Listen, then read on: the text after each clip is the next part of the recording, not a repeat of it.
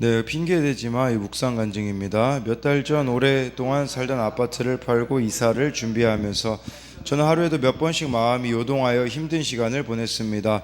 낡은 아파트를 수리해서 살자, 그냥 이사를 가자라며 남편과 서로 의견이 분분하다가 도무지 팔릴 것 같지 않던 집이 팔리면서 꼼짝없이 이사를 하게 되었습니다. 그런데 사업을 하는 남편이 집을 판 돈에서 반은 회사 운영 자금으로 쓰고 나머지 반으로 집을 얻자고 하니 과연 그 돈으로 집을 구할 수 있을까 불안하여 도통 잠이 오지 않았던 것입니다. 결국 저는 가진 돈에 맞춰 동생과 집을 알아보러 다녔습니다. 동생들은 제가 믿음의 공동체에 가장 먼저 왔고 소그룹 리더로도 섬기고 있으니 저를 보고 믿음 좋은 우리 큰언니라고 말합니다. 그런데 제가 신축 빌라들을 보느라 정신을 못 차리고 있으니 동생이 언니 집 계약하기 전에 공동체 리더분에게 먼저 물어보자고 했습니다.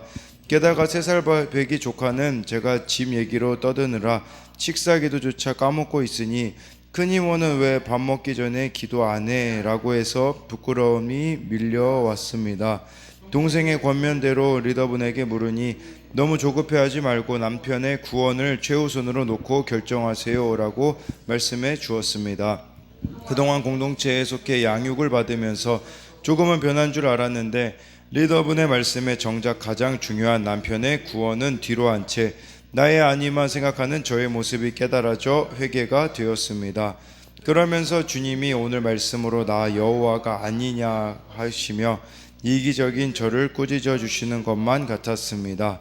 남편은 주일 예배는 꼬박꼬박 드리지만 부부 소그룹 모임에는 나가지 않고 있습니다. 그래서 저는 남편이 기분 좋아 보일 때마다 모임에 함께 가자고 말해왔는데 그때마다 남편의 언성이 높아지는 바람에 늘 부부싸움으로 끝나곤 했습니다. 그러다 보니 그동안 저는 이런저런 핑계를 대며 구원의 사명을 뒤로 한 채 살고 있었습니다. 정작 마음에 드는 집을 구하는 일에는 이렇게 열심을 내면서도 말입니다. 그럼에도 제 같은 지체들을 붙여주시고 하나님의 지팡이 같은 큐티인을 주셔서 날마다 말씀으로 저 자신을 직면하고 회개하게 하시는 주께 감사드립니다. 적용하기 집 문제로 고민하는 지체들에게 조급함을 내려놓고 말씀으로 인도함을 받자고 권면하겠습니다. 남편이 무슨 일을 부탁할 때 이런저런 핑계를 대지 않고 바로 네 라고 대답하겠습니다. 네, 이 묵상 간증 내용을 보면서 정말 남편의 구원은 뒤로 한 채 나의 아니만 생각하는 모습이 깨달아져 회개가 되었다라고 이렇게 말해주고 있고, 또 생각해 봐야 되는 것은 정말 우리가 이렇게 좋아하는 일에는 열심을 내면서 하나님께 대하여서는 열심을 내지 않는다면 그것은 핑계에 불과하다라는 것을 기억해야 되는 것이죠.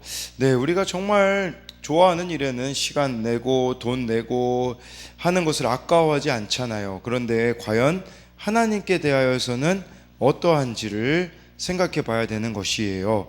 네, 오늘은 출애굽기 4장 10절부터 17절까지인데요. 10절에 모세가 여호와께 아뢰되 오 주여 나는 본래 말을 잘하지 못하는 자니이다. 주께서 주의 종에게 명령하신 후에도 역시 그러하니 나는 입이 뻣뻣하고 혀가 둔한 자니이다 라고 이렇게 모세가 또 핑계를 대요. 세 번째 핑계예요. 세 번째.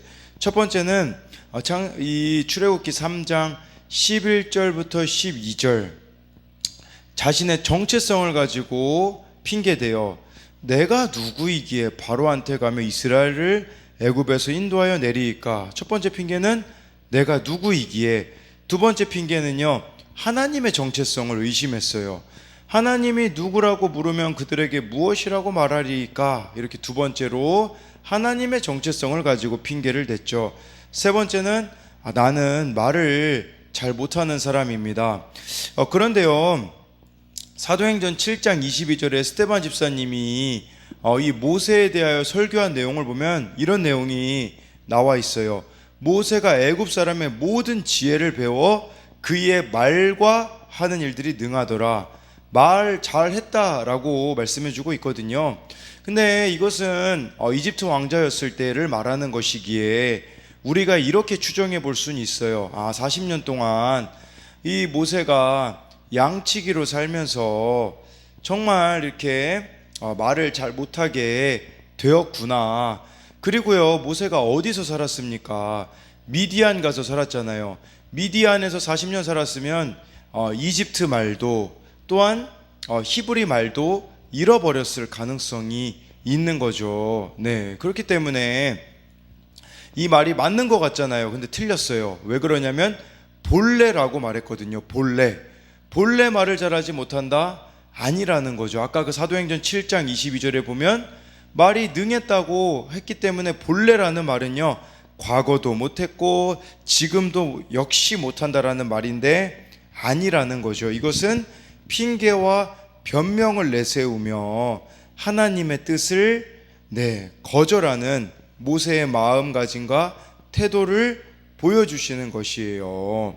여러분, 근데요, 하나님이 여러분들에게 사명을 맡기실 때 갑자기 새로운 능력을 주시는 경우는 많지 않아요. 대부분 그 사람이 본래 갖고 있는 능력을 사용하신다라는 거예요. 그러니까 이 사명이라는 것은 사명을 받은 자들의 조건에 의해 이루어지는 게 아니라 보내신 하나님의 능력에 따라 이루어진다라는 것이죠. 그러니까 여러분들이 사명자라면 자신의 능력이 아니라 하나님의 능력을 의지해야 하는 거예요. 그래서 적용 질문을 하나 만들어 봤는데, 나의 능력이나 의지가 아니라 여러분들이 하나님의 능력을 의지해야 되는 문제들은 무엇이 있겠습니까? 이거를 생각해 봐야 돼요. 또 한 가지는요, 하나님의 부르심에도 입이 뻣뻣하고 혀가 둔해서라며 변명하고 있는 것은 무엇이 있을까요? 그래서 가족과 이웃을 위한 구원의 일을 회피한 적은 없습니까? 또 한 가지, 모세가 이렇게 못하겠다고 핑계댄 것은요, 과거의 실패 또 좌절 때문에 그렇거든요. 모세가 과거에 이스라엘 사람 2명의 이 분쟁을 중재하려다가 실패하지 않았습니까? 과거의 실패나 좌절감은 우리의 발목을 잡는 거죠. 그렇기 때문에 적용 질문으로, 나의 발목을 잡는 과거의 실패와 좌절감은 무엇이 있겠습니까? 11절에요, 여호와께서 그에게 이르시되 누가 사람의 입을 지었느냐? 누가 말 못하는 자나 못 듣는 자나 눈 밝은 자나 맹인이 되게 하였느냐? 나 여호와가 아니냐라고 해서요, 하나님은 누가라고 이렇게 계속 말씀하시잖아요. 그러니까 모세가 약점에 집중할 게 아니라 하나님께 집중하라는 거죠. 하나님께 집중할 때 거부할 이유는 사라질 수밖에 없어요. 12절에 이제 가라, 내가 내 입과 함께 있어서 할 말을 가르치리라 라고 해가지고요, 가기만 해라, 순종하기만 해라, 내가 다 책임지겠다, 이렇게 하나님이 말씀해 주시는 거죠. 왜 우리가 순종을 못하는 줄 압니까? 그 이유는요, 말씀이 없기 때문이에요. 고난은 있으나 말씀이 없기 때문에 자꾸 우리는 안 될 것 같아요. 근데 어제 말씀을 보세요. 어제 뭐라고 했나요? 하나님이 뱀의 꼬리를 잡으라고 했잖아요. 지팡이를 뱀으로 변하게 하시고 뱀은 머리가 아니라 꼬리를 잡으라는 것은 인간적으로는 불가능해 보이는 일이지만 말씀에 순종하여 나아갈 때에 하나님은 가능하게 하신다라는 거죠. 근데 문제는 우리가 매일매일 말씀이 없어요. 그러다 보니까 고난이 해석이 안 되어지니 자기 연민에 빠지게 되고요, 열등감에 빠지게 되어지고, 반대로 말씀이 없으니 교만함에 빠지게 되어지고, 누구를 만나야 될지 무슨 말을 해야 될지를 우리가 알지 못하는 것은 그날 주시는 말씀이 없기 때문이라는 거예요. 그래서 여러분들이 오늘 주신 이 말씀이 매일매일이 되어야 돼요. 그래야 정말 이 뱀의 꼬리를 잡는 순종을 하게 되어지는 것이죠. 그날 여러분들에게 주시는 말씀을 여러분들이 속한 곳에서 전하기만 하면 되는 거예요. 근데 이 말씀 묵상이 없기 때문에 할 말도 없고 누구를 만나야 될지도 모르는 게 바로, 그래서 핑계를 대는 것이 우리들의 모습이 아니겠습니까? 그렇게 적용 질문으로는, 나의 가정과 학교, 일터가 하나님이 인도해 주신 사명의 자리임을 믿습니까? 그곳에서 무슨 말을 해 주어야 하겠습니까? 이 말은 오늘 묵상한 말씀으로 전할 그 지체들이 여러분들에게 오늘 묵상이 이루어지기에 누구를 만나야 되고 무슨 말을 해야 될지가 여러분들에게는 떠올려지십니까?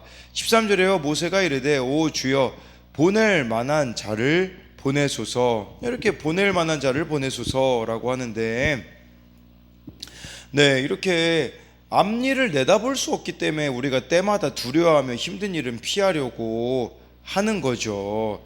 근데 하나님은 우리들에게 요구하시는 것은 능력이 아니라 열정이 아니라 순종이라는 것을 기억해야 돼요.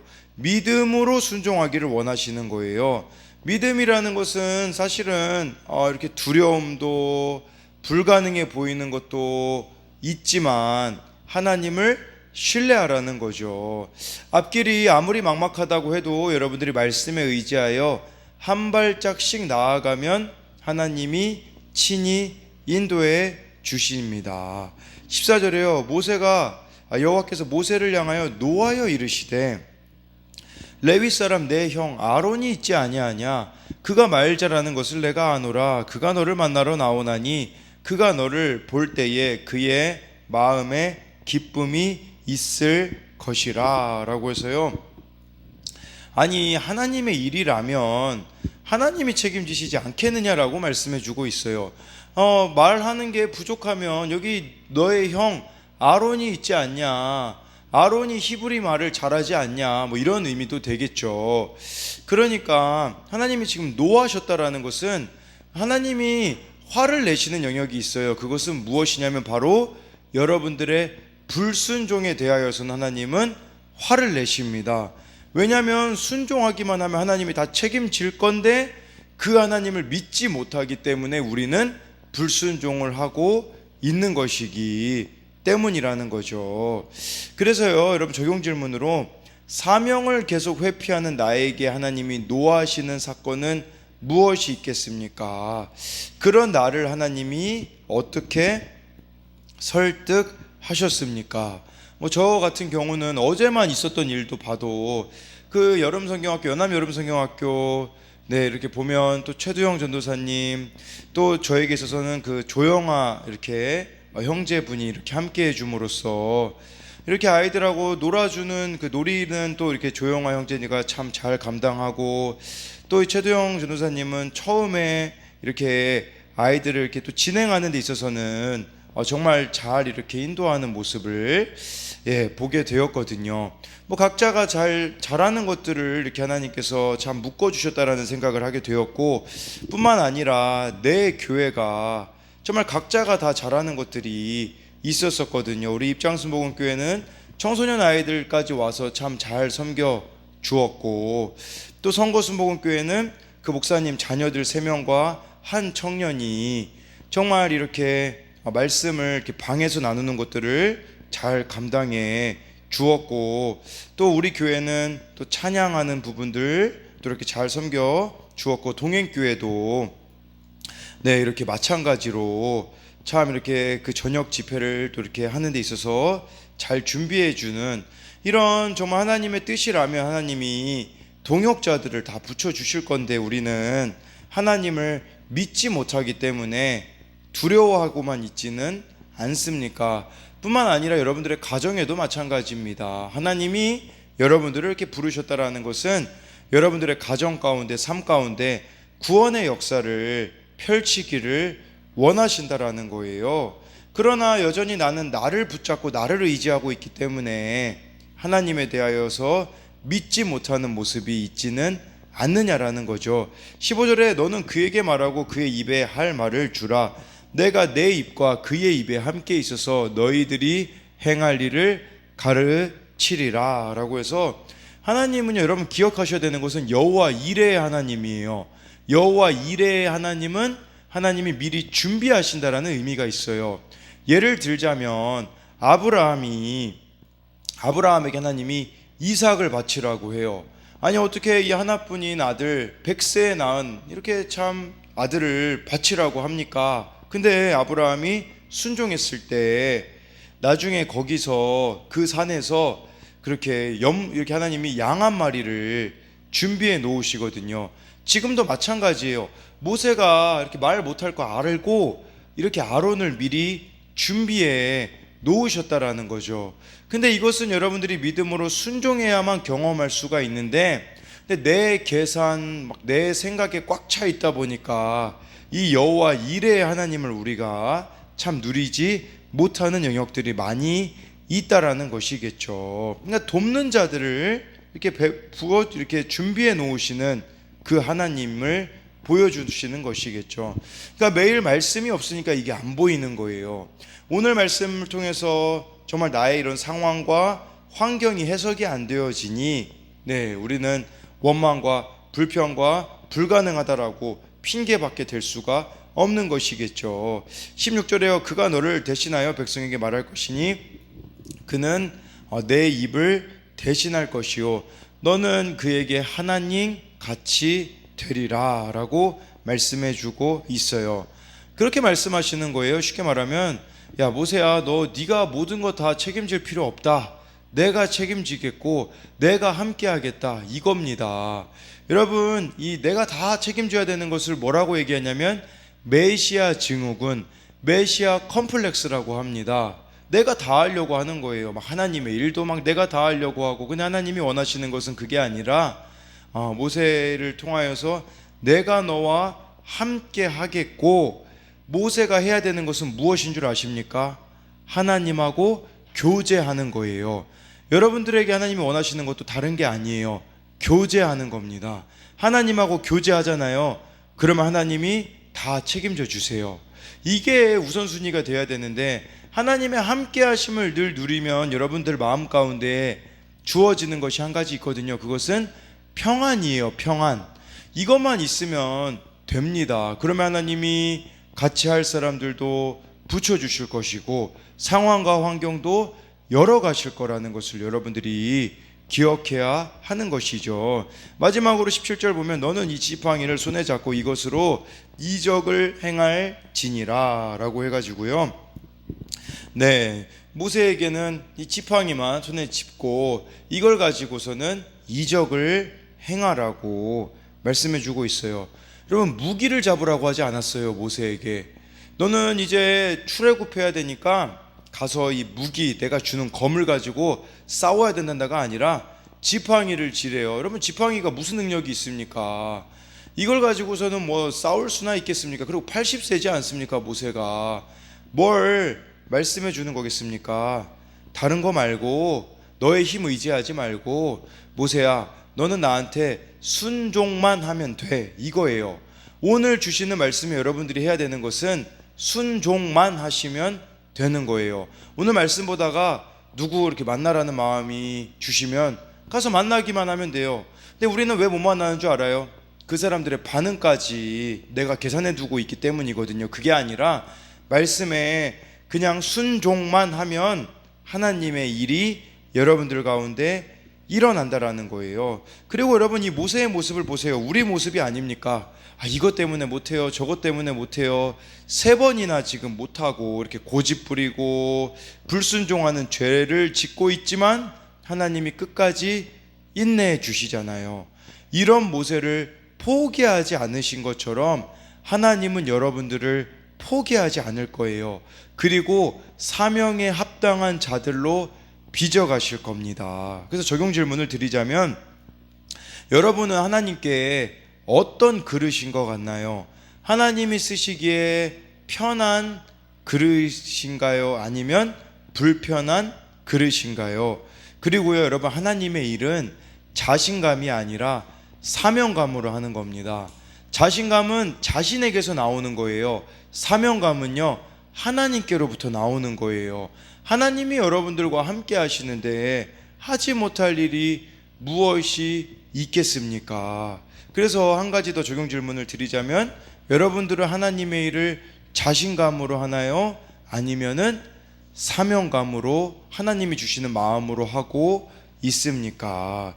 그래서요, 여러분, 정말 사랑하면 할 일이 보일 거예요. 근데 여러분들이 하나님을 사랑하지 않으면 하지 못할 핑계만 늘어놓을 수밖에 없음을 기억함으로써 정말 하나님이 여러분들에게 원하시는 그 일, 순종하는 일을 여러분들이 하시기를 소망합니다.